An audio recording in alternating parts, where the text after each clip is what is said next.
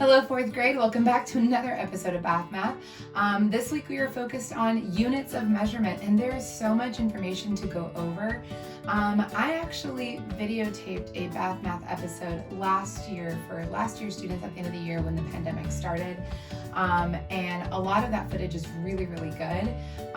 Note, I do have longer hair. Obviously, I cut it all off this year. But it'll have two separate things because last year I taught it in two parts. This year I'm just going to put it all together and then we'll talk about it more as the weeks go on. We really don't have much left. This is the last bit of this unit for geometry and measurement.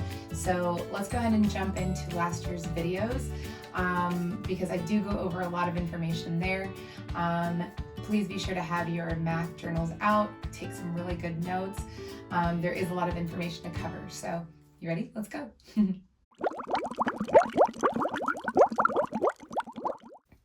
Here is the vocabulary for the week. Feel free to pause the video to read over the words and see if there are any you may not know.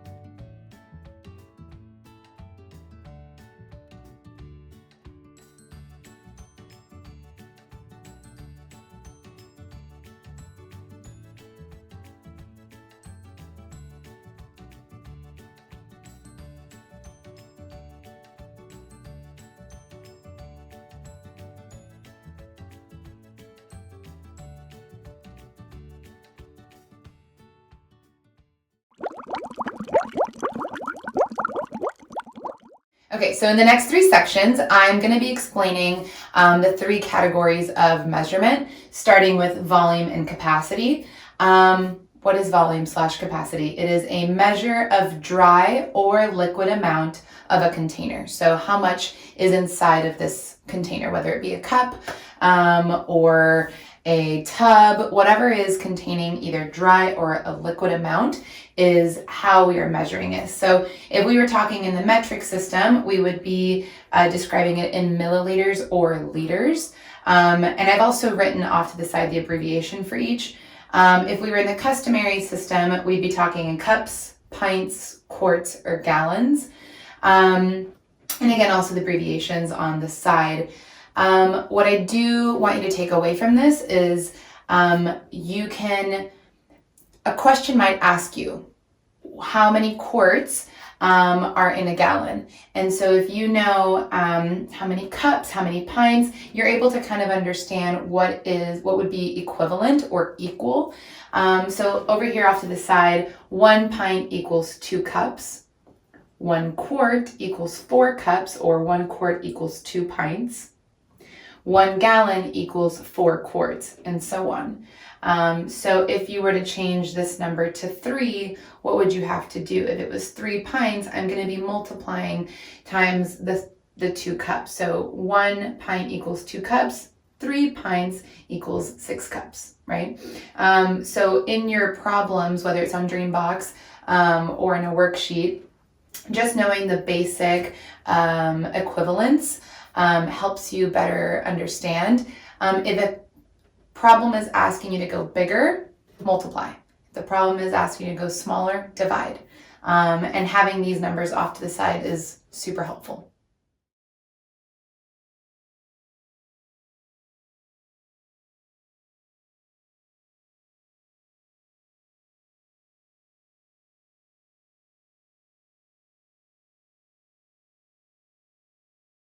Okay, so for any of these problems, there's a couple of steps that you could follow. Number 1, you got to figure out if it's metric or customary.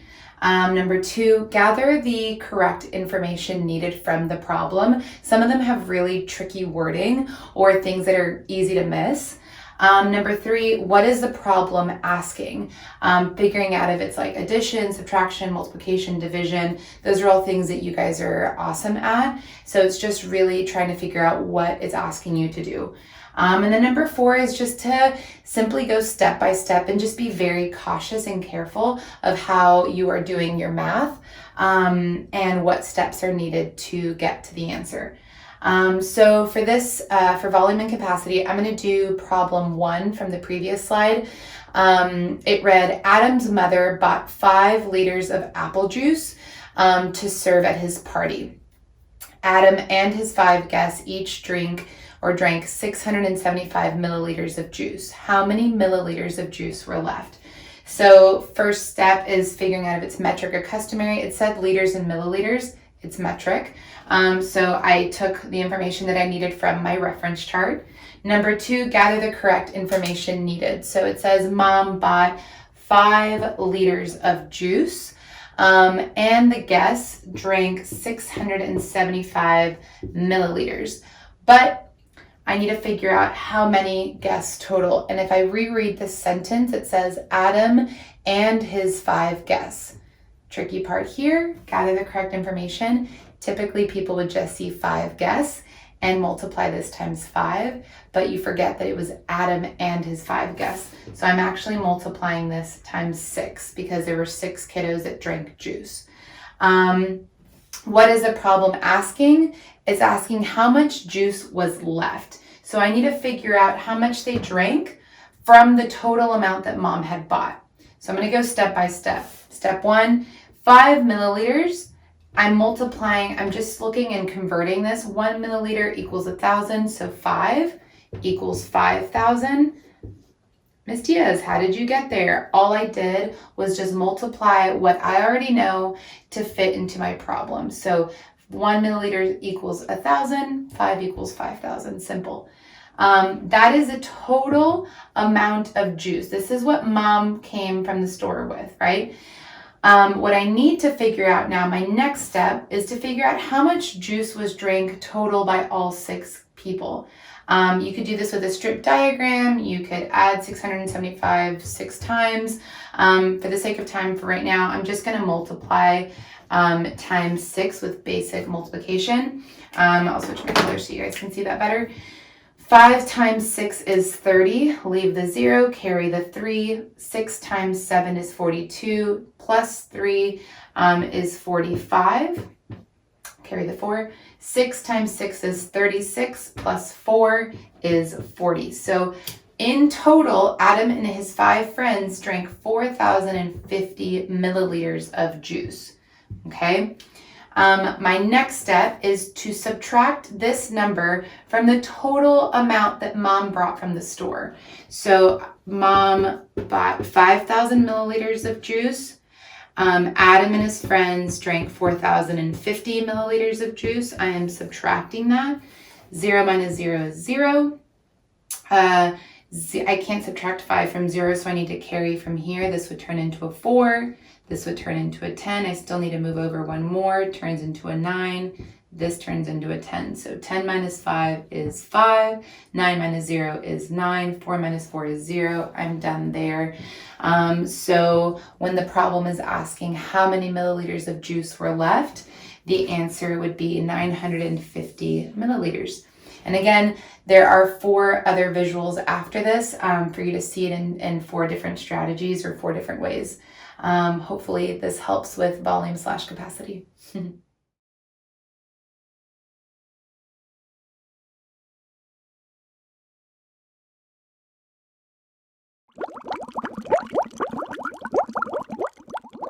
Okay, so for length, it is the measurement of distance between 2 endpoints. So are you measuring a pencil? Are you measuring the distance from the grocery store to your house? It can be any type of length. If you were measuring in the metric system, you would hear millimeters, centimeters, meter, kilometer, and these are the abbreviations for each. In the customary system, it would be inches, foot, yard, mile, and again, the abbreviations for each. And what I did was take the customary and put it off to the side. 1 foot equals 12 inches. 1 yard equals 36 inches, or 1 yard equals 3 feet, okay? 1 mile equals 1,760 yards, or 1 mile equals 5,280 feet. So again, if you have any problems that are asking you, the football field measured 46 yards, how many feet is that? You are multiplying up. If it is asking you to kind of go down or backwards, again, it's dividing.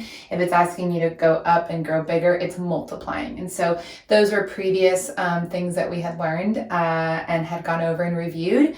And I think it'll be very helpful to have your multiplication chart, also your division strategies, multiplication strategies ready to go in terms of figuring out the problems that come with these this category. So you got this, but feel free to also look at the tools and extra supports at the end of the video to help you as well. But hopefully this kind of breaks down just length, okay?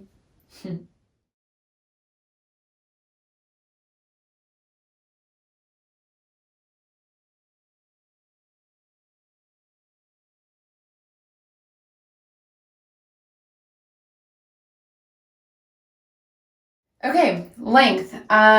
There were 3 practice problems right before this. The same steps apply: figuring out if it's metric or customary, gather the correct information needed, what is the problem asking, and then just going step by step and checking your answer afterwards. So the problem I'm going with is number 2, and it read, John rode 2 kilometers on his bike. His sister Sally rode 3,000 meters on her bike. Who rode the furthest and how much further did they ride? Answer in kilometers. So I'm going to gather my information. Well, metric or customary, it's metric. Gather the correct information needed. So John rode his bike. So I'm just going to put J. John rode his bike for 2 kilometers. And then it said Sally rode for 3,000 meters. There's a couple of steps that we're going to have to take here in order to get to the correct answer. One is that I need to convert this into meters or hers into kilometers just to be on the same page.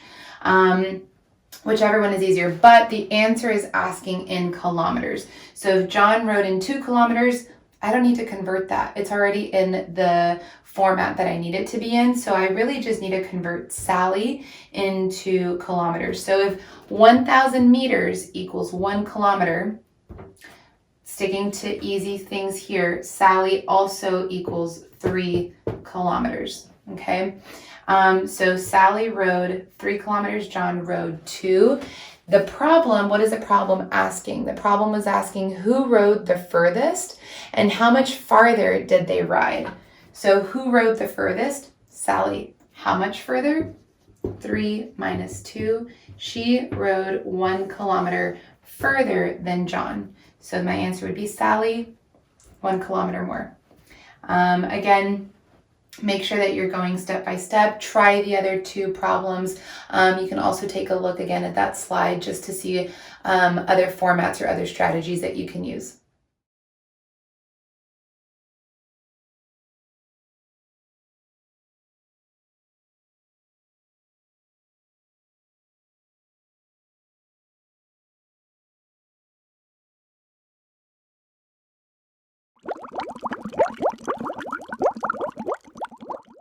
Okay, last category is weight/mass.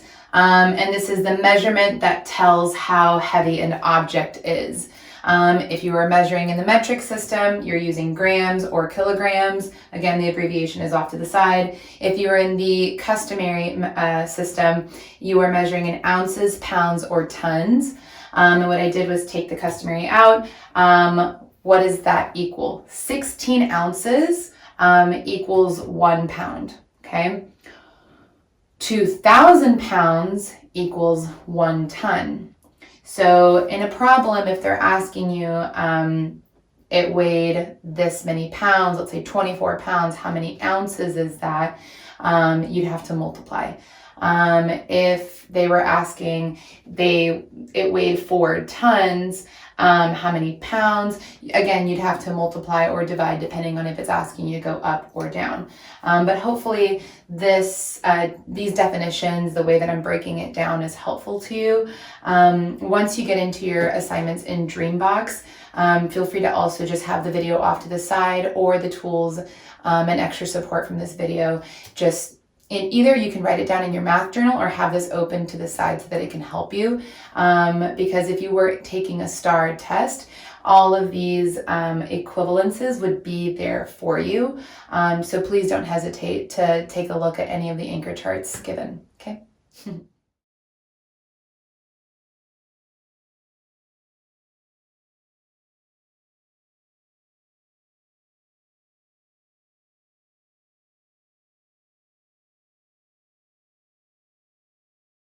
Okay, so for weight slash mass, again, same awesome steps still apply. I'm gonna go with number 3 this time. Number 1, figuring out if it's metric or customary. So let me read the problem to you. Mrs. Patton's baby weighs 10 pounds, 2 ounces. Mrs. Mishma's baby weighs 7 pounds, 9 ounces. How many more ounces does Miss Patton's baby weigh than Miss Mishma's baby? So it is customary. 1 pound equals 16 ounces. Number 2, gather the correct information needed. So Mrs. Patton's, I'm just going to go with P. Mrs. Patton's baby weighs 10 pounds and 2 ounces. Okay, Mrs. Mishma's baby weighs 7 pounds and 9 ounces. Okay, so I figured out if it's customary metric, it's customary. I've gathered the correct information needed, but what is it asking?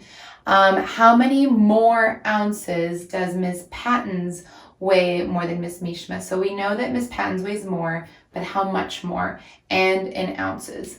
So I need to convert both of these into just ounces. I have part of it in pounds, part of it in ounces. We need to convert both in complete ounces. And so we're going to go step by step doing so. If 1 pound equals 16 ounces, I'm going to be multiplying the pound by the ounces to get the total amount. So let's start with Miss Patton's baby. 10 pounds, I would need to multiply 10 times 16 to convert all of that into ounces. Use any multiplication strategy that works for you. I'm just going to multiply, knowing that it's by 10, it's 16 times 1, add the 0. This is 160 ounces. That's not my total amount though, I still have the 2 here.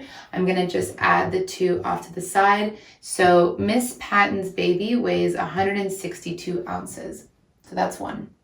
Step 2, I'm gonna figure out how many these are, how much this baby weighs. So 7 pounds times 16 as well. I'm just gonna do basic multiplication here.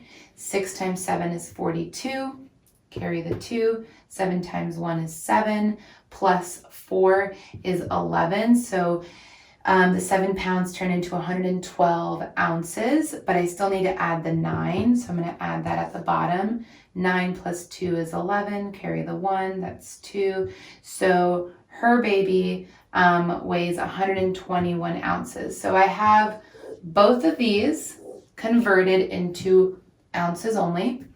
I still need to figure out how much more Miss Patton's baby weighs. So what does that mean? I need to subtract. I'm going to just change color.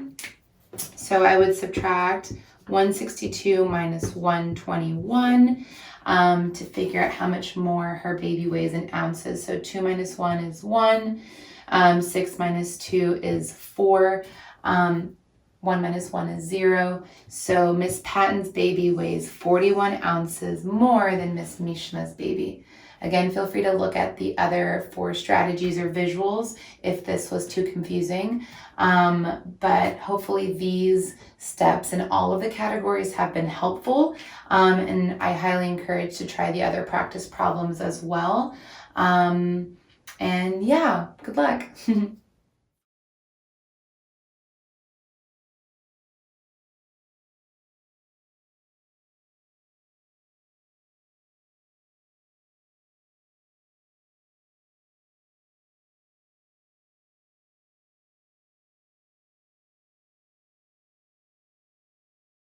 Elapsed time is the amount of time that passes between one time and another, start to finish.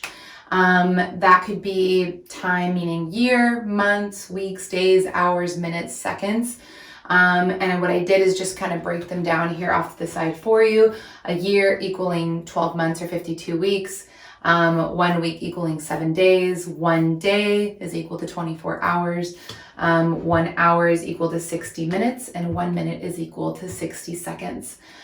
This is going to come in handy with the practice problems that are up next. They do have the answer next to them, just like the other categories, and I'll be doing one of them with you. But this is a good reference as well as your star conversion chart. So yeah, let's get started.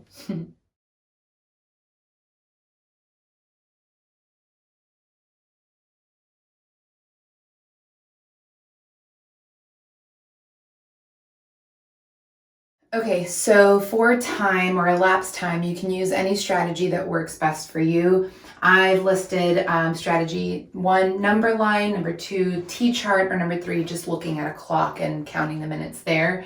But I'm going to use one of the problems from the slide, the one that had the plus sign. It said John left home at 3:37 p.m. to walk to his friend's house. It took him 18 minutes. What time did he arrive? So start time being 3:37 p.m. I've created a system for the number line using mountains to signify hours, hills to signify minutes, 5 to 10 minute increments, and rocks to signify 1 minute. So we don't have, it said 18 minutes, so there's definitely no mountains going to be used on this example. But again, you can use a strategy with any problem that comes up either in your assignments on Dreambox or in the other practice problems. But I'm going to start out with hills. So breaking 18 up into chunks or pieces, you could do 3 counts of 5, or you could do 1 count of 10 and 1 count of 5. However you want to do that math, it's just basic simple addition. So creating hill number 1, I'm going to just do a 10-minute increment, add 10 minutes to my time. So I am not adding the minutes to the hour side, right? I am adding the 10 to the 37. I could do that in my head, or I could do the math off to the side on my journal. Either way is fine. But doing this, it would get me to 3:47 p.m. I have not added all 18 minutes. I've only added 10. So I'm going to need to do a little bit more. I'm going to add another 5-minute hill. That would give me 15 minutes. I'm still not at 18, but I'm adding slowly just to make sure that I'm doing this correctly. Again, adding the 5 to the minute side, 47 plus 5 would get me 3:52. And then I can switch to rocks because I no longer can add another 5 minutes. That would get me over 18. 10 plus 5 is 15, plus another 5 would be 20. That's too much. So I'm going to just add rocks as I go, being 1 minute. So that's 16, 17, 18. So on the top, I have added the 18 minutes that the problem told me to, but I still need to add those 3 to the bottom to my actual time to figure out what time he got there at. So 52 plus 1 plus 2 plus 3, that would be 3:55 p.m. It is not at 4 o'clock yet until the minutes switch to 60. Once this gets to 60, that's actually 4 o'clock.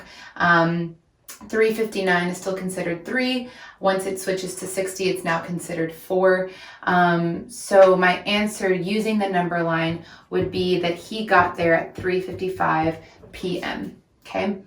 I'm going to do the same problem using a T-chart. What you want to do on the T-chart is make the T-chart that says the hours/minutes on one side and what time start or end on the other. I did write the word start to make that space, to block that space off. So 3:37 p.m. I am not necessarily adding hours, we're adding just 18 minutes again. So I can break it up again into my 10, 5, 1, 1, 1, or I can break it up differently. Let's say this time I break it up plus 5 minutes. I'm doing the same thing I did on the number line. I added the minutes above and the actual time below. I'm doing it now just vertically. So the minutes on one side and the time on the other. Whatever works visually for you best, great, stick with it. So 337 plus 5, which is not something that I added here. I'm going to do it here instead. This would be 3:42 p.m. So I have my time being consistent here and I'm keeping them leveled out. I'm going to add another 5 minutes. 3:42, just adding to the 42, would then be 3:47 p.m. So as you can see, I'm keeping them straight in like rows together, just so that I know what I'm doing and what I'm adding. I have only added 10 minutes here, so I need to add another 5. And again, that would get me to 3:52 p.m. So far I only have 15. I need to add 18, so plus 3 more. I could do plus 1, 1, 1, or just add all 3 together to make that column. And again, my answer would be that he got there at 3:55 p.m. What is helpful for me is not only to just double check all of the time that I added here. So I would say this is 18 minutes once I either added in my head or did the math off to the side, but also to circle what the end time was and say the end. So I started at 3:37, added 18 minutes, and I ended at 3:55. Those are 2 strategies with the same problem. Feel free to do the other 3 practice problems from that slide, just so you can kind of get familiar with these 2 strategies.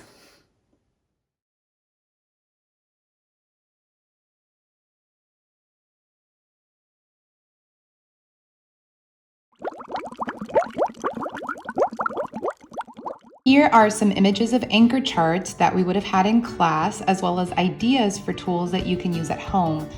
Pause the video to see if you understand each image, or write down any questions in your math journal that come up. You can also copy these into your math journal to have as a quick reference.